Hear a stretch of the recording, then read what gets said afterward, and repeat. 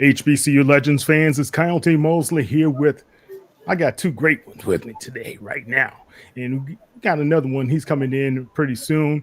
But I always give him a lot of flack, but I got to be humble because the Bison always whoop up on the Maroon Tigers.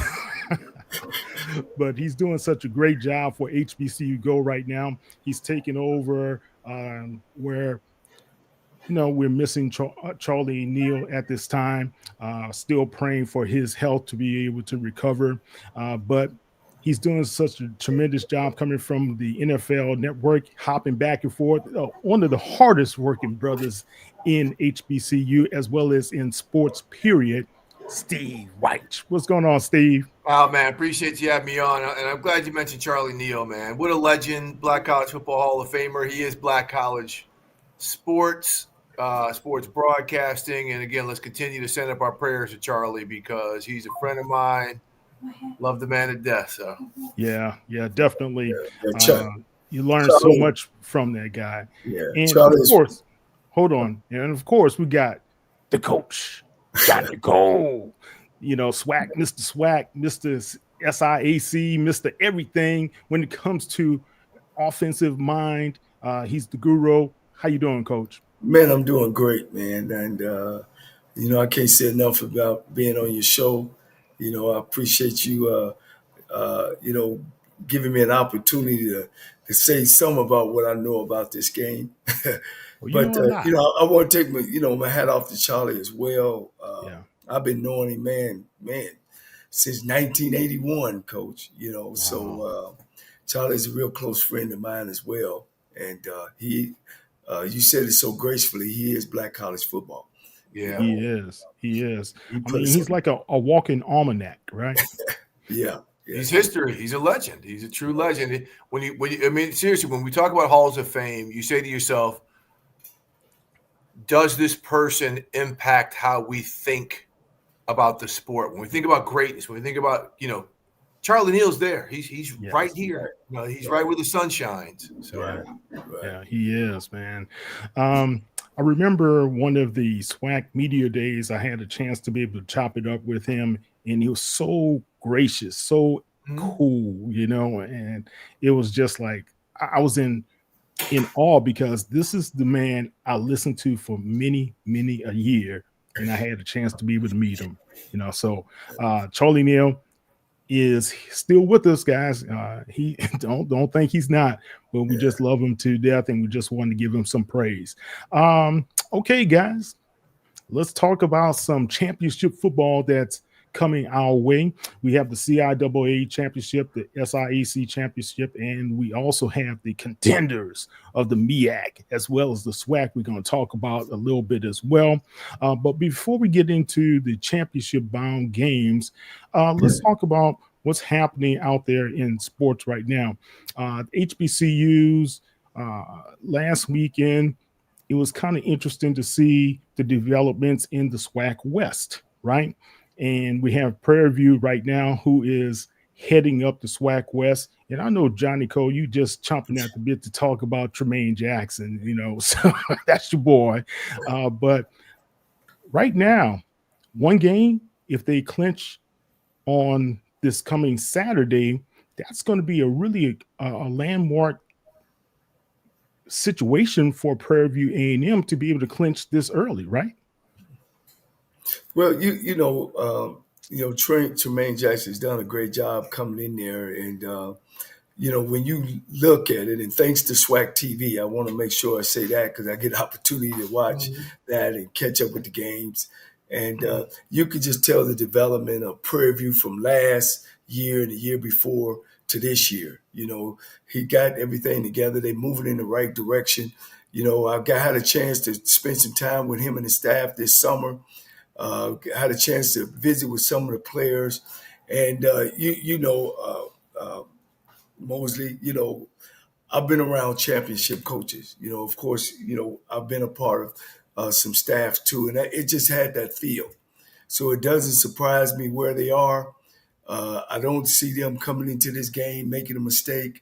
Anytime you can go in any game when you having a defense only giving up 16, 17 points a game, you got a chance. Even though if my offense is struggling, I know one thing, they're not going to score a lot of points on us. So all we got to do is keep our penalties down, don't turn the ball over. Going into this game against Pine Bluff, we should be victorious. Yeah, definitely.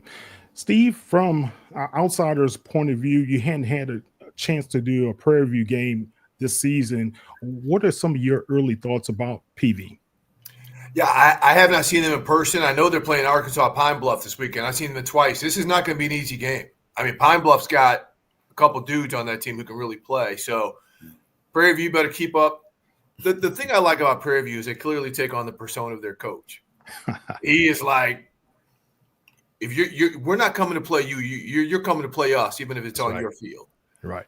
And the fact that he has that, you see that emanating. And that takes a lot, when you're turning a program around and you're trying to build it, especially in the SWAC and with the transfer portal and everything going on. So they've got like dudes, man. They've got like they play. I love watching them play because they're physical. There is some gratitude with that physicality. Like, okay, we're going to beat you up, but we're not going to stand over you, and stuff like that. We're going to let the scoreboard. Right.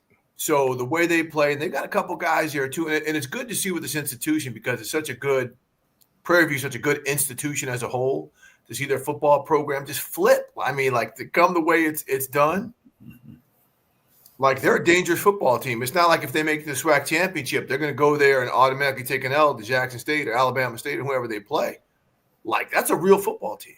Yeah. So on both sides of the ball, but again, the way they play defensively, Coach, you said it, it's hard to get points up on them, even though they will be challenged this week. That quarterback at Pine Bluff, Christian Peters, is a really, really good player. He is. Coach is being modest, Steve. Tremaine is one of his pupils. He was on his staff before. So I mean, Coach, you know how he walks the walk for real. I raised him. From when he came for an interview with me with his shirt buttoned up, and all that. I'm like, son, you don't come to no interview like that. You go home, you put a shirt and towel, and then you come back and interview. Mm-hmm. So when I say I raised him from, and as he developed as a coach, I knew he was going to be a great one. Just like he talks now. That's how he talked about going out and getting recruits. That's how he talked about the position he coached. And I tell you, I mean, in 2 years, I raised him up. And I know it ain't a lot of money. He went from $25,000. I gave him a $25,000 raise the next year. And he brought us some great players and, just the opportunity to be a part of his success. I can't say enough. Every time I see him talking, like you said, he got everybody bubbling. Like you said, it ain't about y'all. We gonna play y'all. Y'all got to play us. Yep. And that's always been type of his attitude, and just to see it and have been a part of his development, it just brings smiles and cheers to me, and it don't surprise me. I told him way back in mid football season after he beat Grambling. I said, that's going to be the West Side Championship. Now that he lost to Alabama State, but Alabama State lost to Jackson State, so it's chances that they will be playing Jackson State if they win. And my word to them is I think they had a better chance of playing and beating Jackson State than Alabama State because of that kid named Andrew Body. And they were scoring 40 points a game. They're great on defense. Don't get me wrong. Prairie View is good on defense, but their offense is not necessarily staying up with their defense. They were averaging maybe about 20-some points a game, and to beat Alabama State, you got to score 30. Yeah, look, I was at that game, and I was very surprised how that offensive line was in control of the game with that first half. They kept pushing the Alabama State Hornets around. But I was also kind of disturbed at the fact they started throwing the ball when they didn't need to start throwing the ball. There was inconsistency there with the offensive game plan. And that's when they got in trouble, and Peters had those 4 interceptions in the game, right? So can they be consistent? Can they be able to follow the game plan that's working and stick with it. You know, he has the dogs. That's what he call them. That's his dogs. And I understand that's his dogs, but can they stay focused? And I think that's the one thing, if you listen to Coach Jackson in these press conferences on Monday, he needs to see some continuity there with his offensive game plan. Well, I mean, and that's where you see the growth of a team. I mean, it's hard. Coach, you know this. Coaching college kids week to week, you don't know what you're going to get. Right? I mean, they may have finals. They may have, you just don't know what you're going to get in terms of the mentality. And that's when if you can preach consistency, again, in this era of the transfer portal, then you're winning. Because the second a guy gets salty now, okay, I'm out. I'm bouncing over here, right? It's a hard thing to do. So now that carrot right there is, that West title is right there. Yeah. Okay, now that's when you find out really, you know what your team is. You think you know what your team is. But now you're like, okay, how bad do you guys want it? Because, again, this game against Pine Bluff is not going to be – it's not a gimme. Easy. I mean, Pine Bluff, those two receivers that they have there and their running back they have there are really good. They're just small defensively, right? So you're talking about getting an offensive game plan together. They do a lot of different things. I've covered them twice. They do a lot of different things, but it's physically, we saw last week, I covered the game against Pine Bluff. They just got leaned on by FAMU. After a while, FAMU was able to lean on them a little bit. So that's where you talk about, can you consistently get something going with your game plan? That's the type of game plan you have to stick with, because even if it doesn't work in the first half, maybe you can start to wear people down in the second. Yeah. Well, it's crazy that we talk about that, because, matter of fact, me and Tremaine talked today, about going into the game, about where his team at. And, to be a winning team and a winning championship, you got to know it. We getting late in the year, and we shouldn't have stuff like kids not going to class. This is when you know you got a championship team. You don't have no list that somebody is missing breakfast or somebody is missing weights. And he said he had to put about 3 guys off the team this last week. Really? And, I understand where he's at, because he's trying to teach his team that championship teams don't do that. Nope. At this late in the season, where we are, we should be more focused on doing the right thing, because right thing off the field carries on the field. And he understands that as a head coach. And I think his kids will be ready. Like, again, his coaching staff is second to none. Of course, we can't have the turnovers by Peterson, the quarterback. But where Pine Bluff is lacking at is, you've been around, Steve. Championship teams have great defense. Mm-hmm. And not only are we stopping the offense, a great defense also is an offense that keeps those offenses off the field. And that's what they're going to have to do. Not only are they got to keep, the kid from Pine Bluff off the field, they got to score as well, and don't leave a team like Pine Bluff around, because they can't come back and they can't beat you. Yeah, I'm telling you, wide receivers and their running back and their quarterback. Christian Peters is a really good player at quarterback, and those 2 wide receivers they have are no joke. I know the coaches are like, oh man, please don't let the portal door open, because I know those coaches are calling their DMs, but they got 2 really, really good wide receivers. So again, no room for slippage. But I'm so glad you said that. The coach is holding his guys accountable. Yeah, you got to keep, if you play great defense and you play ball control offense, that means now all 3 of your faces are playing together. And when they're doing that at Prairie View A&M, I don't see nobody beating them. I really think if they win the Black College National Championship, I wouldn't be surprised. Yeah. And I know this past week, Coach said, until we get all 3 phases working in unison, we're still not a complete team. So that's his goal. Let's talk about a team in the East. You're in Jackson, Mississippi right now. I am. Talk about that team. I think they're called the Jackson State Tigers. Yeah. Look, I mean, we know what they're all about. They've established an identity over the past couple of years. They're physical. They tend to get the best kids out of the portal. They tend to recruit the best kids so that their roster is deep. But guess what? At quarterback now, Jared Lockhart, the true freshman, is the starter. I mean, Jacoby and Morgan is not playing this week. He's still coming off that foot injury. So we talk about clutch moments. Bethune-Cookman is coming in here knowing they still have a shot.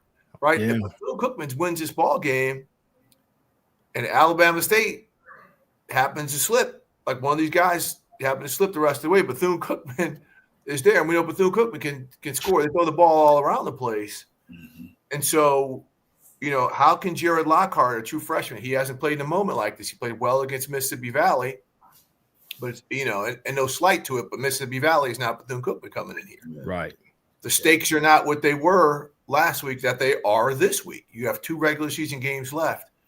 How is he going to rise to the moment? But, they got an offensive line. They've got the running game. They've got the number 2 running game in all FCS football. So that's how you protect a young man like this. But, again, if you're going to have to beat a Prairie View in the conference championship, if you're going to have to go play a Dell State or South Carolina State in the Celebration Bowl, young man's going to have to play if Jacoby Morgan can't come back with his ankle injury. So, I think he's on the mend. I think he'll be better by a Celebration Bowl. But that's the big question mark going into this game. And as you know, Bethune-Cookman, again, they throw the ball all over the place. Yeah. Can Jackson State stay disciplined enough on the defensive side of the ball with some of the things that Bethune likes to do? Because their quarterback, I'm blanking on his name right now, Cameron Ransom. They mix guys up too because Timmy McClain comes in there too. Right. It's going to be interesting. But let's also not forget that Cookman is going to be a little on edge. Yeah. When it comes to manpower because they've got some players, especially some key rotational players, that are suspended for this game. Yeah, that was a big blow for their team to have.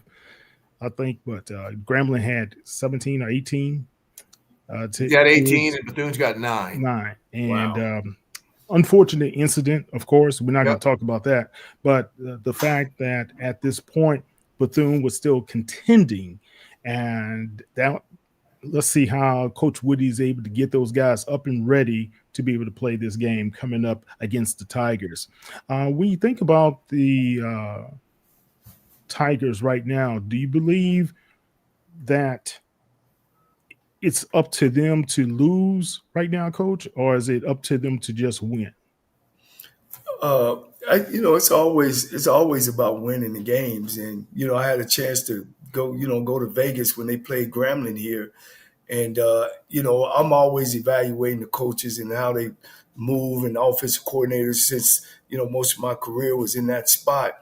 My thing, I think it falls on TC Taylor. I mean, you're going into the game with a freshman quarterback in Lockhart who had no plan this year.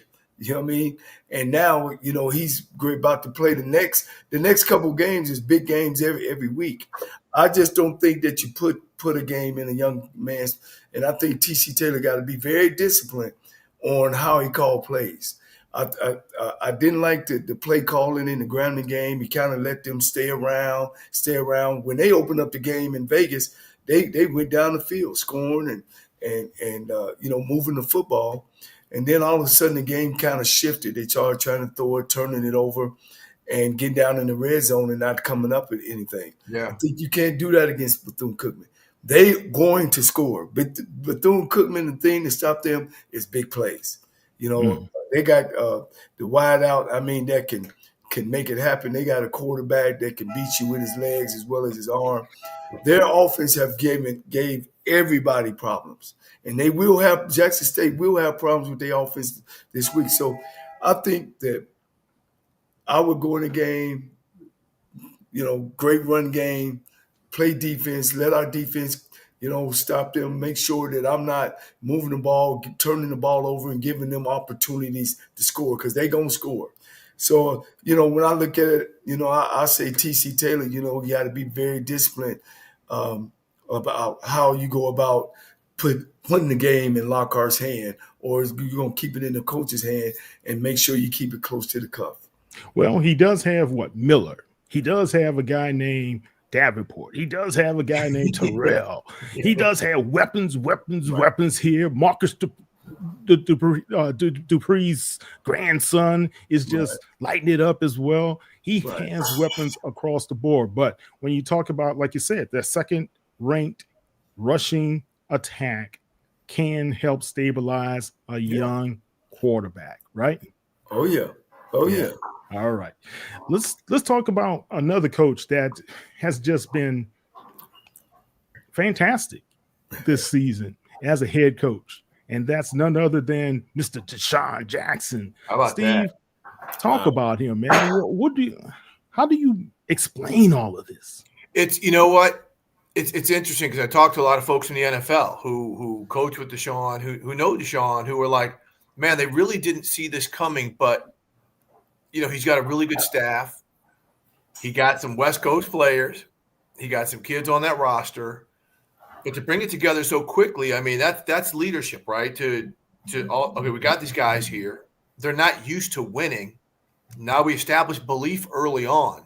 Yeah. They got a team like Central, and it's like, okay, we're good, right? Now he's got the super stud running back. I mean, he's a real player. Yeah. And James Jones. Both of those guys are studs.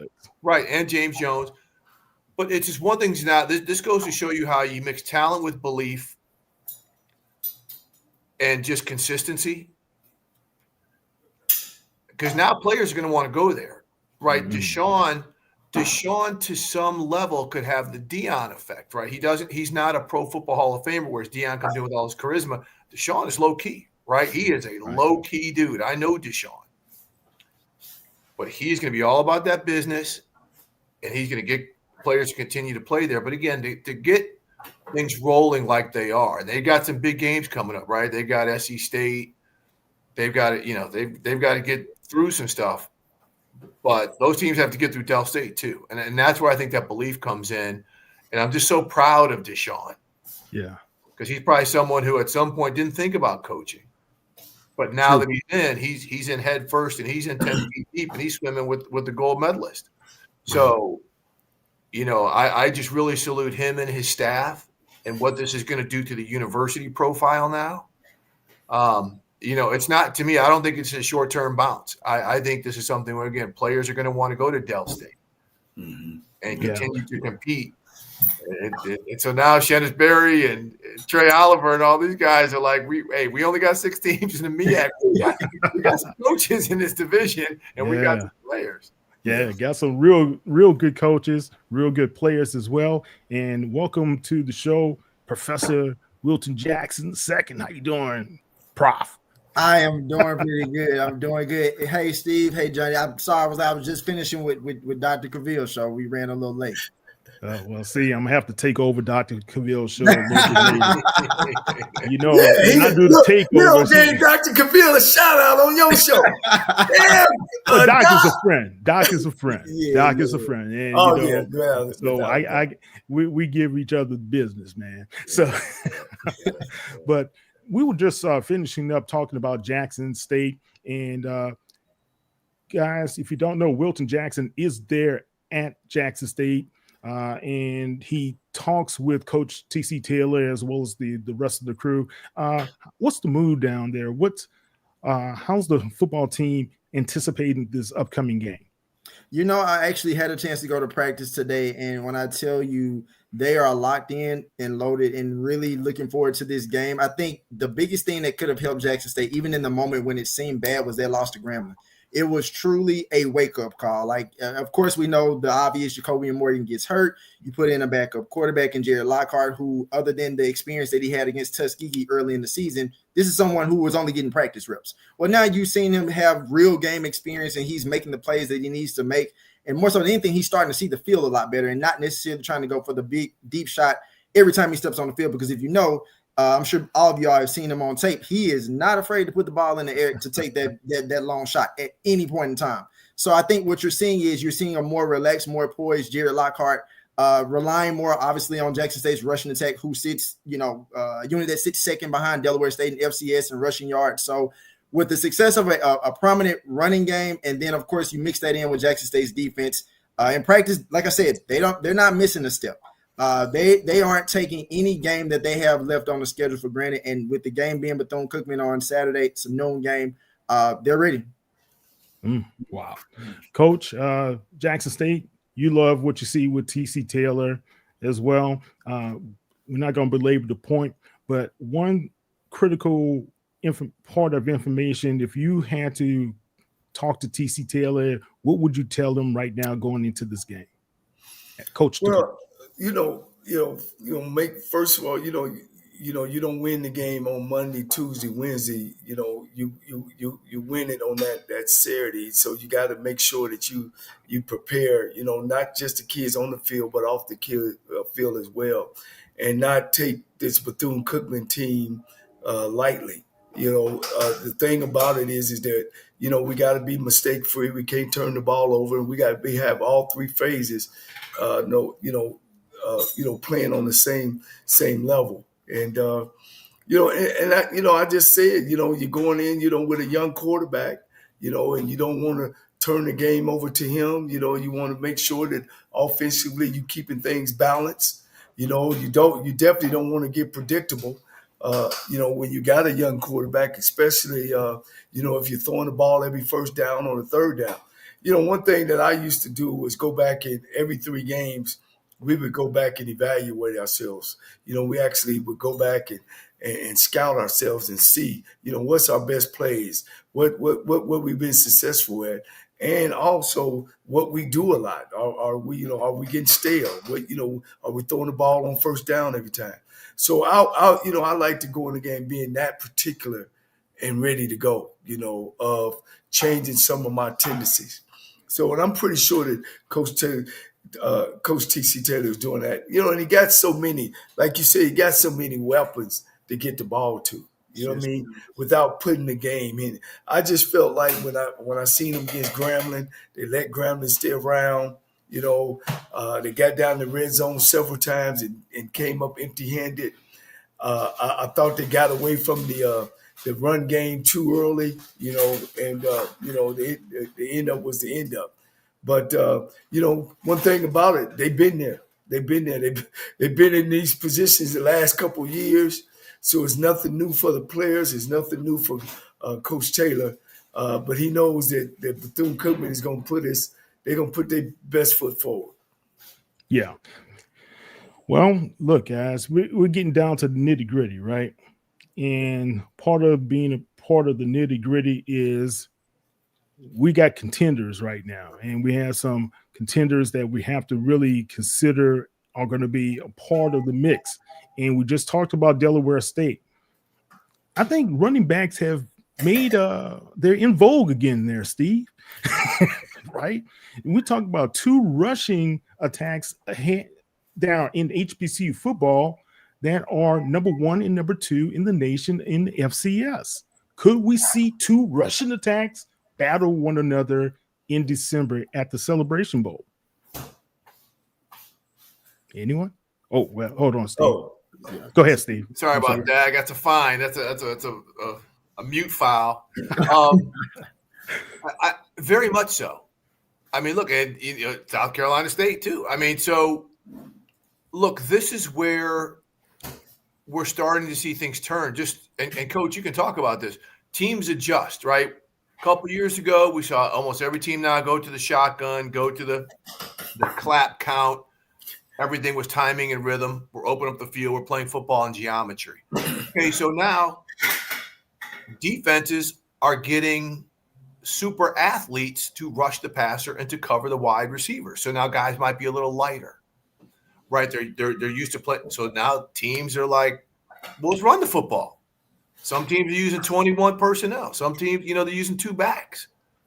We can do a lot of things running the football schematically where we can gain advantages. We can go 2 tight end and we can give run looks and throw the ball. So now we're starting to see a lot of different chess piece action go on. But running the football is back in vogue. I think we're also seeing it because of the portal, right? We're seeing a lot of guys who maybe played at the FBS level who weren't getting playing time as running backs are now coming down in the FCS to the D2 level. Because the best running back in the country is at Virginia Union. Yeah.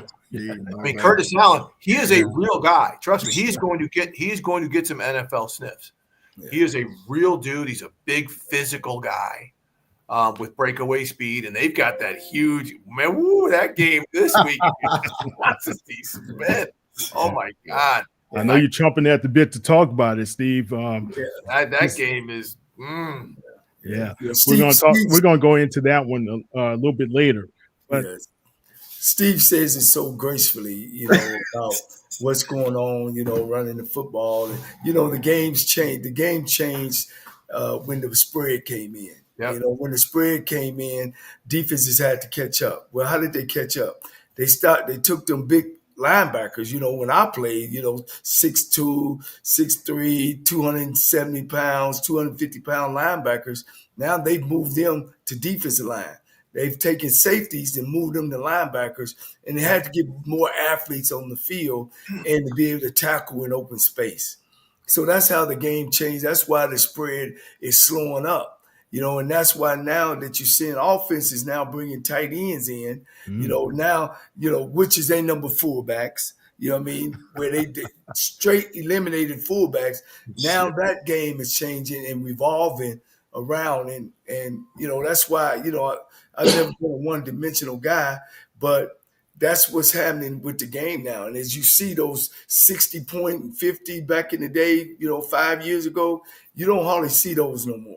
You're seeing tough games. And one of the biggest things you see on 4th and 1 and 3rd and 1, offenses are not getting those first downs. Yeah. Because if they don't bring some big people in this football game, and the game don't change. There's two things going to win you championships: great defense and run game.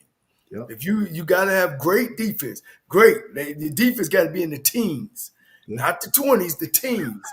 and a running game offense where you can help control the other side. So, Coach, real quick, can I interrupt you? I'm so glad when you said teams aren't getting these 3rd and shorts and 4th and shorts because they're not going under center. You and me are from the same. Nothing drives me crazier than these teams being a pistol in the shotgun where you're 4 yards off the line of scrimmage. You're trying to get a first down for 1 yard. Man, just get under center and play football. Exactly. And they don't understand. Everybody is pitching in. The one technique, the 3, the 4, everybody, and then them linebackers are just screaming off the edge. Yep. And as soon as they hand the ball off, pow. Yep. Yeah. Like Grambling about to go in to beat Texas Southern and fumble at the 1 yard line. So it just, that killed me. But hey, look, hey, I'm over here. I'm on y'all side. I'm in the media. So maybe I don't know. Well, we've been lobbying to try to get Johnnie Cole back on the sidelines somewhere, shape or form, but we'll talk about that later. Look, Will, one of the biggest games of the season in the MEAC is Coach Jimmy's Berry. Yep. 1-0, baby. Going against Trey Oliver. Mm-hmm. Trey wants some payback from last year. Real get back. He does. And I know Coach Johnnie Cole, I know you've been talking to both of those guys. But let's Will, what do you think is going to happen? Then we're going to go to Coach Cole and Steve. When I look at this game, North Carolina Central, South Carolina State, this has the game. Like, honestly, when you look at the stats in the MEAC, they're very identical in a lot of ways. Dynamic quarterbacks, dynamic running backs, strong rushing attacks, defense, have playmakers on that side of the ball. They can make critical stops when needed. It's really going to come down to which of these teams truly wants, and more than anything, which one of these teams are really going to be good or the best when it comes to the red zone. Sometimes we've seen South Carolina State make dumb decisions in terms of like penalties that have hurt them along the way throughout the season. North Carolina State Central is a little bit better in terms of their limited in terms of penalties. So I think that could be a factor to look at. Special teams could also be a factor in this game. And I was just saying this. If you guys remember the Jackson State and Alabama State game, that was one of the best games that we probably saw all season, just in terms of it living up to the anticipation and how the game ended. Right. I wouldn't be surprised to see this game end in a way like this, whether if it's from a field goal, maybe it's from a big defensive stop, because I feel like William Atkins IV for South Carolina State, their quarterback, I think he's going to be able to get the job done. We know what Walker Harris can do. Yeah. We've seen him do it over the last 2 years. And you talk about rushing attacks. Christian Mosley, if you might as well just get out of his way. And he has a great last name, so that's my blood, bro. But no, so that's why I said both of these teams, to Coach Cole's point, like, you need a good defense and you need a strong rushing attack. They both have these aspects to them, But I think it's really going to come down to a defensive play or potentially special teams that could decide this. And I'm so glad you said that, because I've seen Central more than I've seen South Carolina State. Just kind of watch, and the thing that could cost them is they have some drops. Yep. Right. They've had some, like, they're Walker Harris. I mean, they're moving the ball. Next thing you know, there's a drop. Yep. Right. And now you're 3rd and 8 when you could have had 1st and 10. So it is situational football and execution of situational football. In a game like this, familiar opponents, coaches who are just two of the best coaches, you know, and not just black college football. I think Trey Oliver and Dennis Berry can coach any level. Yeah. Getting their guys ready, having their defenses ready, athletic matchups. You know, they match up well. It's going to be who is going to, like you said, who's going to make the play. And hanging on to the football with these passing games, you know, just simple plays like that and staying ahead of the sticks, that's going to be crucial, because the clock, this is where the clock comes into. You keep moving the chains, you keep, you know, rolling the time of possession. You drop a pass, you might give the other force a punt, and clock's going to work against you. Yeah. Yeah. Well, look, I did hear that Chris Mosley was day-to-day. That's what Trey Oliver said, because of that injury he has.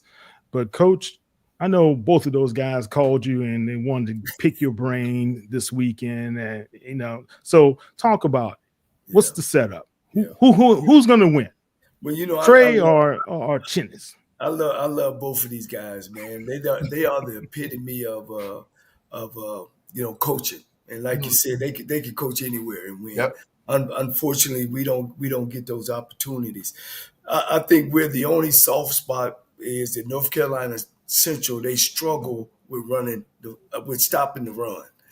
When Southern played them, they had 2 big runs, 60 and 72, you know, and that's where they struggled against Delaware State. They struggled against stopping the run. If there were any weakness, that's where it is. And unfortunately, you can't go out and recruit now and get somebody. They struggled against Southern early in the season. South Carolina is solid kind of everywhere. I know Chinnis Berry. He going to keep it close to the cuff.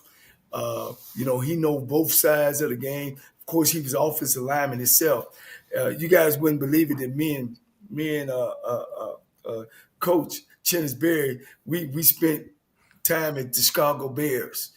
And that's when he was a little bigger. You know, he was a big old offensive lineman. Now he's slim and trim. So, you know, I know he gonna pound that ball. But, you know, of course, you guys know that it's possibly can be a 3-way tie. Yep. And I had the pleasure of, like I said, talking to him. And this is where North Carolina Central got the advantage. They're coming in controlling their own destiny, meaning if they win and South Carolina State beat Delaware State, North Carolina Central is going to the Celebration Bowl. Even though Del State beat Central? It's by points. Yeah, that's right. Okay, so that's the third. Okay. Delaware State is not getting any points playing those Division II football teams. Yeah. That's what hurt them. North Carolina Central's schedule is way harder than South Carolina State's system. So going into that game, North Carolina Central got a lot to play for. You know, that gives them a little edge, as well as, you know, having a great coach. So, man, it's going to be a good one. And, you know, I'm not going to miss that one. You know, both of those guys are my guys, man. But if I had to take a choice, man, you know, unfortunately, I'm going to go with North Carolina Central. I think they're more balanced. All right. Off script just said Del State is going to run the table on everybody and win the MEAC. You know, one of the coaches on Delaware State's their coaching staff is Martin Bayless, who I grew up with out of Dayton, Ohio. Played with the Kansas City Chiefs for about 13 years, and I talked to him about, you know, Jackson. You know what makes you guys so good? Well, they got 8 coaches who don't play in the NFL, also don't coach in the NFL. Yeah. So, you know, Deshaun takes care of the day-to-day operations and putting the fires out on campus while they in the office working. And so they got some great coaches, man. You could tell the way that team line up. You could tell the way they go about business. The only thing about it, though, lately here, Steve, you appreciate this. People have made them one dimension. They've now locked up on the wide receivers and taken away the run game. So they're going to have to come with some answers for that, Dale State, after who wins this game on Friday. Well, we'll see. We'll see how they do against my Bison this week. My poor Bison can't score, man. You sound like Jay Skywalker. No wonder. You just like Jay Skywalker, man. Okay. Well, eventually we knew he was going to bring in the Howard Bison. So I'm just saying. We'll see. I don't understand why we can't score. We can't score, man. Yeah. They got these players there too. Coach Scott had high hopes for this team going into the season. He said this was a rebuild year, defeating Florida A&M at the beginning. But talk about a couple of those young guys on defense there, Steve, like Miles and the rest of those guys who we could possibly see in the HBCU Legacy Bowl. Yeah, I mean, Miles would be there. I don't know if some of the other guys are draft eligible guys, some of the younger guys. I don't have the roster, but 18, 14, they had some edge players when you watch them who are going to be really good. I mean, they've got – that's why I covered their game against Hampton earlier this year. Mm-hmm. I was like, man, they've got some guys here. They've got some talent here. They just can't consistently put the ball in the end zone. And, I mean, they got, running backs, but the hard thing is they had a bunch of new faces. And this is where the portal, when you have a whole offensive line, these positions where position groups or guys have to play in a thread, right? Secondary, offensive line. If you're coming in with 4 or 5 dudes from the portal or whatever, it is hard to get that continuity going. If you have an injury, then you're really kind of stuck. So that's kind of the hard place. I haven't seen enough of Howard's game this year to really sit back and see what's going on. But I know there is some personnel right there, and we'll see if they can match up with Del State. It's just a matter of putting the ball in the end zone. They just can't consistently do that. Okay. All right, guys, let's get into the home stretch. Let's talk about some championship football. And Steve, you are going to help us out here with HBCU Go headlining the CIAA championship game. Talk about that a little bit. Yeah, I won't be there. I'm at the Jackson State Bethune game, but I've seen both of these teams play, and this is, man, I'm telling you, I saw Johnson C. Smith a couple weeks ago. Yeah. That program, like you see, like both of these teams were Division II programs, where you only have 36 full scholarships. And a lot of these programs don't have summer weight training programs and things like that. These are two programs that have invested in football. Because when they walk on the field pregame, you're like, okay, you got football players here. And Johnson C. Smith's going to be tired of hearing about Virginia Union being king of the hill. The run game, both these teams run the ball well. Both these teams have very good quarterbacks. And Virginia Union got my little guy back there directing traffic. But Curtis Allen is the key. Yeah. And so in Virginia Union's got other options to do it. They have an establishment, a level of pride of this is who we are, where Johnson C. Smith is like, we're trying to be them, right? We're good. We're good this year. We're trying to get a consistent program like Virginia Union. But the physicality, oh, my goodness, that Johnson C. Smith plays with, man, their defense at all 3 levels, they come up bringing smoke. So when you try to run the ball the way that Virginia Union does successfully, the best way to do this is battering rams. You've got to clog up holes. You got to force some things and try to get some takeaways. And so – this is going to be such a good game. I wish I was – I really wish I was at this game because, I mean, for the D2 level, this is really cream of the crop in terms of disciplined football, well-coached football, and just physicality. And when I talk about well-coached too, play calling on both sides of the ball. Mm-hmm. The film study that these guys have gotten their players to understand and execute, you see it. Right, this formation, this side of the field, this hash mark, this time of the game, like this is what they like to do. Like you see, they understand tendencies and things like that, and that's the buy-in that both of these teams have, and why this is going to be such a good game. Yeah, good game. You got Coach Maurice Flowers of Johnson C. Smith, but on the other side, you have Dr. Parker. Well, I think he knows how to win some championships, right? He does. Virginia Union has a chance to make the three-peat. And I'm not gonna lie to you, Cal. Like it's really to Steve's point. Like this is just really, really gonna be a solid game, and for so many reasons. Like obviously on the offensive side for Virginia Union, we know what Curtis Allen can do, but let's not forget about what Virginia Union's defense can do too, because they have a lot of dudes that can lock down some opposing defenders or some opposing players on different teams, and we've seen them do that this year. And I think more so than anything, this is going to be a really good test for them. Obviously, a championship game. Can they do it again for a third time? But part of me also likes the fact that, you know, when you think about the underdog in Johnson C. Smith, this was a team last year that could have been in this position, but of course they dropped those last two, and then you know they didn't get there. But now that they're there, part of me thinks that they get over the hump. But I just cannot bet against Curtis Allen and what he's been able to do, going over 2,000 yards this year. Really just single-handedly like leading this Panthers offense. I think Dr. Alvin Parker gets his third title, that Panthers team. Yeah, all right. Wow. Okay. Coach, any thoughts on this matchup? Well, you know, playing in them championship games, Coach, you know, I've been a part of several, you know, the team that mostly win the game, because when they get there, you know, they solid defensively. They, you know, we could talk off, man. You know, ain't nobody getting there that's just giving up a whole bunch of points. You know what I'm saying? And, you know, offensively, they could score at any time and anywhere on the football field.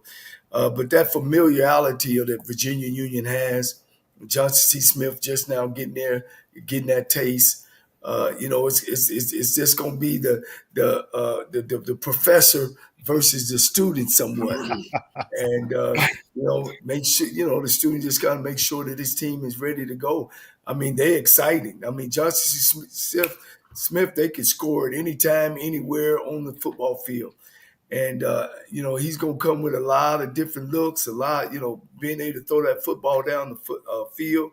The weather's going to be beautiful, man. So, you know, I wish both teams well. You know what I'm saying? You know, I'm always an underdog guy, Steve.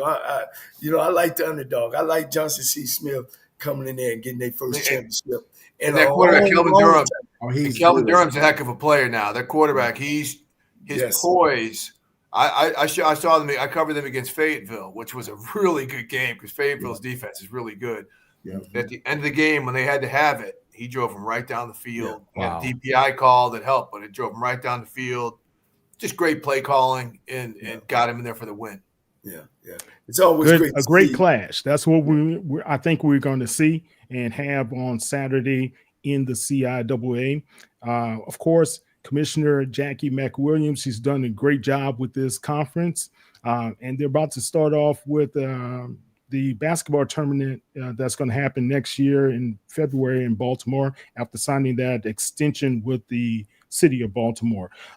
Let's quickly talk about what's going to happen in the SIAC there, Wilton.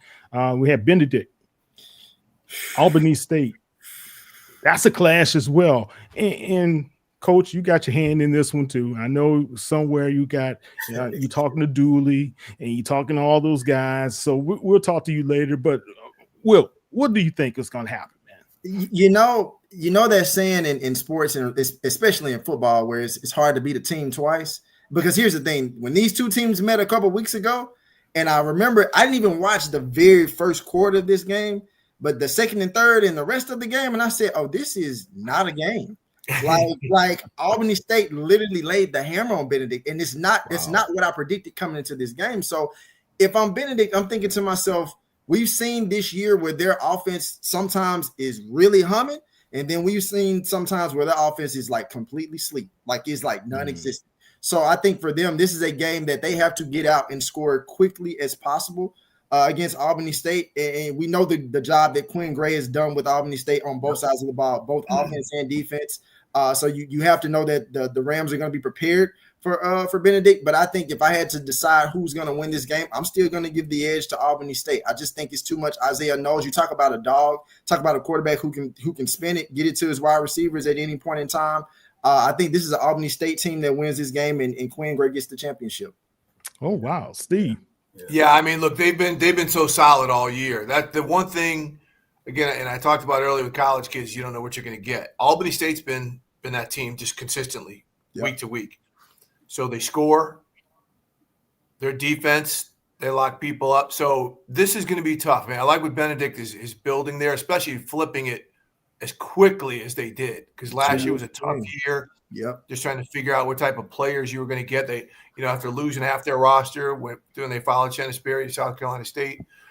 So this is kind of the year like, okay, we got here.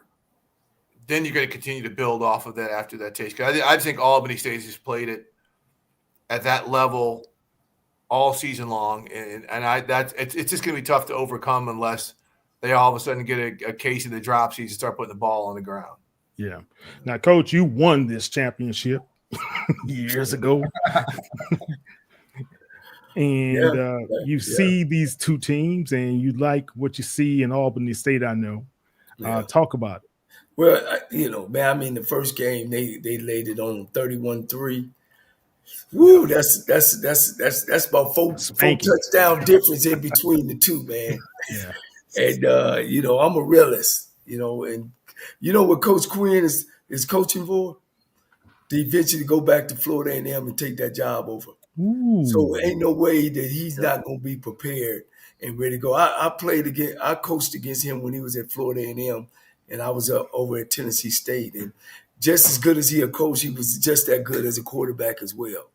And I just don't see him not having his team prepared and ready to go and win this championship. And coming from Florida A&M too, we all know is a blue-blood program in black college football. And I just think that, he's ready. He has a reason besides just winning the SIAC championship. I think he'll have his football team ready. All right.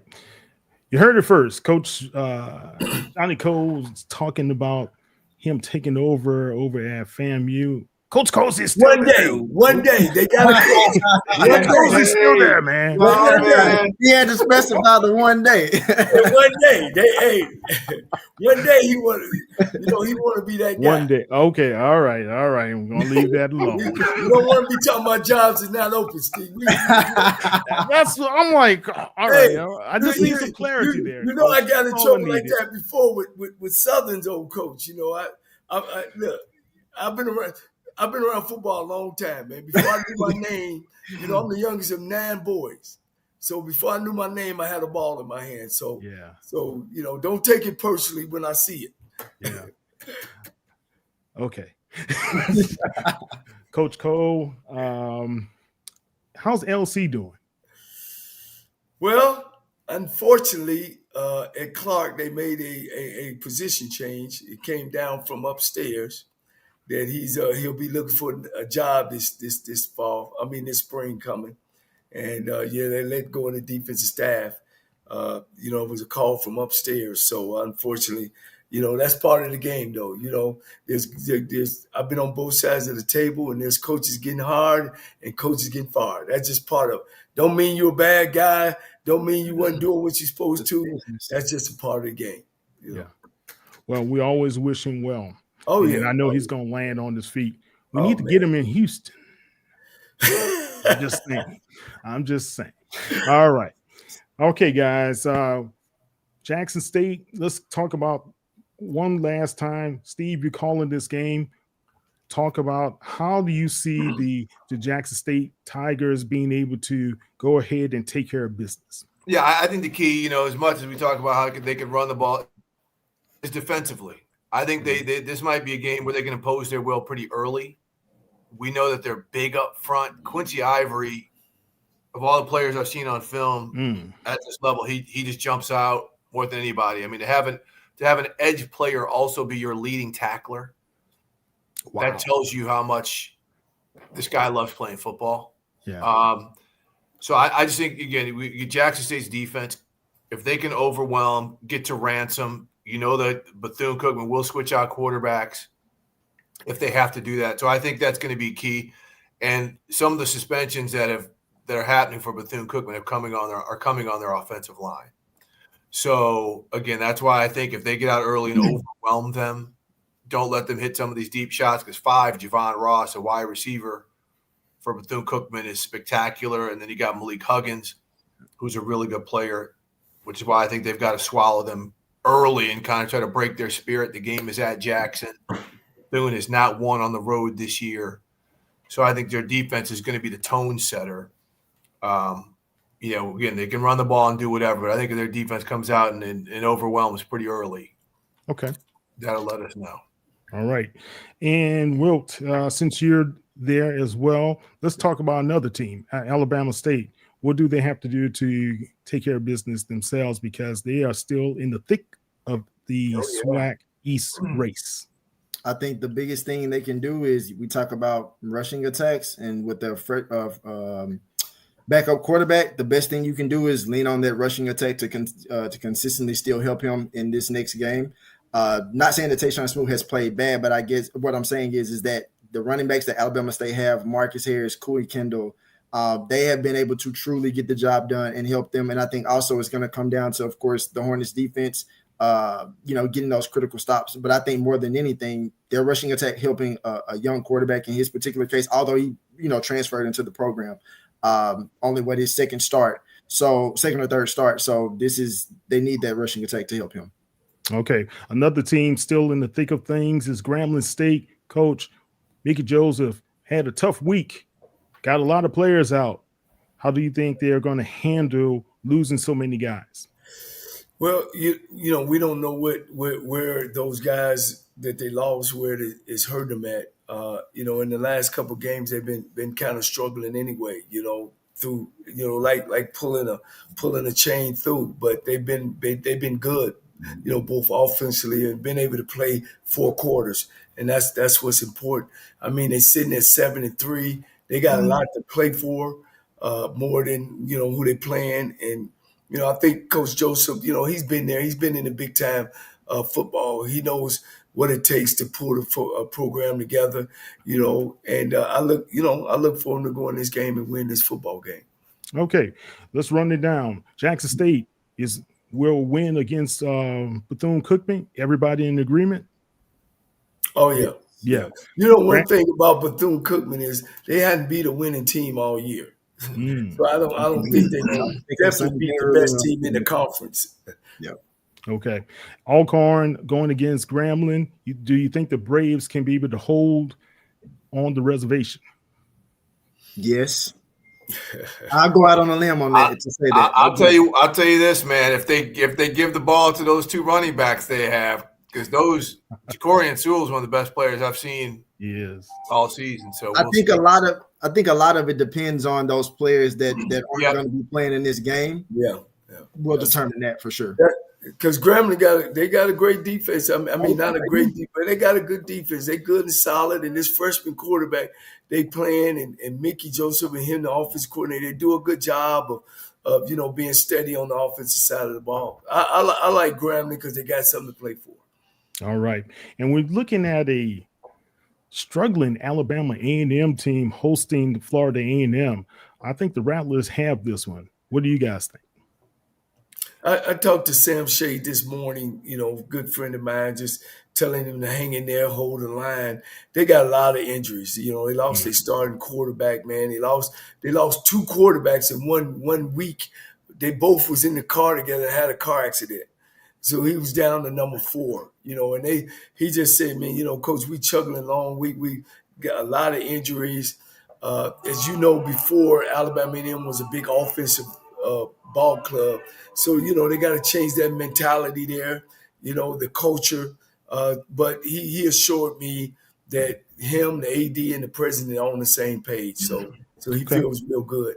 So they struggle. I just don't see them winning this week. Steve, you in agreement? Yeah, I mean, Florida A&M, I think that win last week, a competitive win against Pine Bluff, got their confidence going because they did some really positive things on both sides of the ball, but especially offensively. Okay. Texas Southern is headed to the Bluff. All right, that's your Tigers there, Coach. You went off camera, man. That must be you think Fred McNair is going to win this first game? Hey, you gonna make me sing "Hell, Hell, Hell" to Texas Southern on here? No, I just. All right, man. We need it bad, Coach. We need it bad. You know, Chris Tishman. They're a good ball club. I think the Tigers is going to take care of business. They got to put together. They're going to take care of business. Yeah, and this would help us having another winning season. Yes, since I left back in 2010. So I'm looking for. I guess they're going to break my record. I don't know. Okay, PV holds against Pine Bluff. Yeah, all right. And the Delta Devils against the Hornets. No way, Jose. Nope. No. All right. In the MEAC, do we think it's going to be North Carolina Central or is it going to be South Carolina State? Wow. I'm going to Bulldogs. You see, they quiet on this one. I got Bulldogs too. I'm going to Bulldogs here. Bulldogs. All right. Yep. I gotta go Bulldogs. Everybody's going to Bulldogs. I know Trey gonna kill me. I hope he ain't looking. Yes, he is. Let me text him right after. And we got Del State against Howard. Del State. I got Del State too. Yeah, Del State. Do you think Morgan State can finally win a conference game now, guys? Who can? Morgan State? Yeah. Man, they can't score, man. They can't score, Coach. Problem. They got to score. They got, And if we get that Norfolk State team that showed up in the second half against Delaware State, I think this is for sure a Norfolk State win. Yeah. I think Vic get one. He get one. He's been so close. Yeah, and the way they played against Central, man, I was very pleased how they ended that game, even though they came up a little shy, right? Coach Cole, Jackson State, gonna break your heart. Okay. All right. Well, guys, Steve, tell everybody how they can find you this weekend, man. Yeah, HBCU Go. I'll be on the call with Nia Simone and Darren Horton at the Jackson State Bethune-Cookman game, noon Central Time, 1 Eastern. Check us out. It's gonna be a good game. Then right after that, you got the CIAA Championship on HBCU Go in the Griot. Man, a lot of good football on at the same time.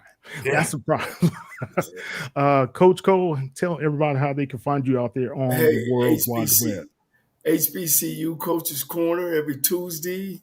I think we come on Monday, Tuesday, Thursday, Friday. You can catch me there or catch me on X at the Hobo Offense, HOBO, Cole Offense, or Cold Blooded 9, or Facebook. Anytime. All right. Coach Cole and Wilt. You can find me on Twitter at Wilton Reports, but I also do different shows with Dr. Cavill inside the HBCU Sports Lab, HBCU Game Day. Then also some of my writing is on ESPN's Anscape. And he's being modest. He's also on AJC. He's also on ESPN. He's also on the SEC Network.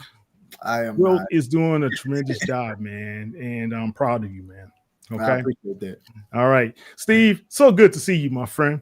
Thanks so much for having me. Thanks, family. I appreciate you all so much. Yeah, definitely.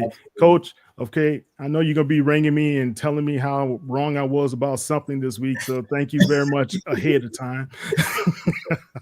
And Will, thank you so much. Guys, Steve, great meeting you, Steve. You too, Jets. Good to see you, Steve.